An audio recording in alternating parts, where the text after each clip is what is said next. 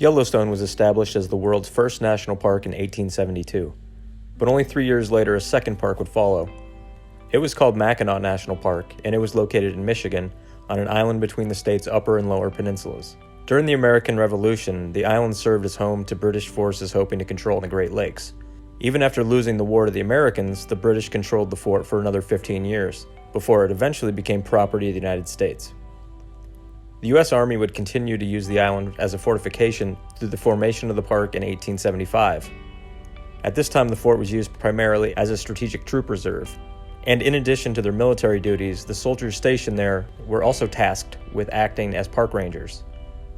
By the time the island became a national park, it was already a popular vacation destination. Over the next 20 years, roads and facilities were created to better serve visitors. That was until 1895, when the Army decided to decommission the fort and abandon the island.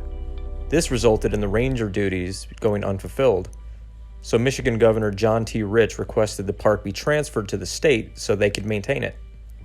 An agreement to disband Mackinac National Park was reached under the condition that the lands remained public. Otherwise, the lands would revert back to the federal government.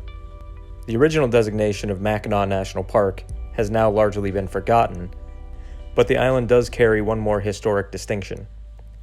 When the land was transferred back to the state, Mackinac Island was the first public land in America to be given the designation of state park.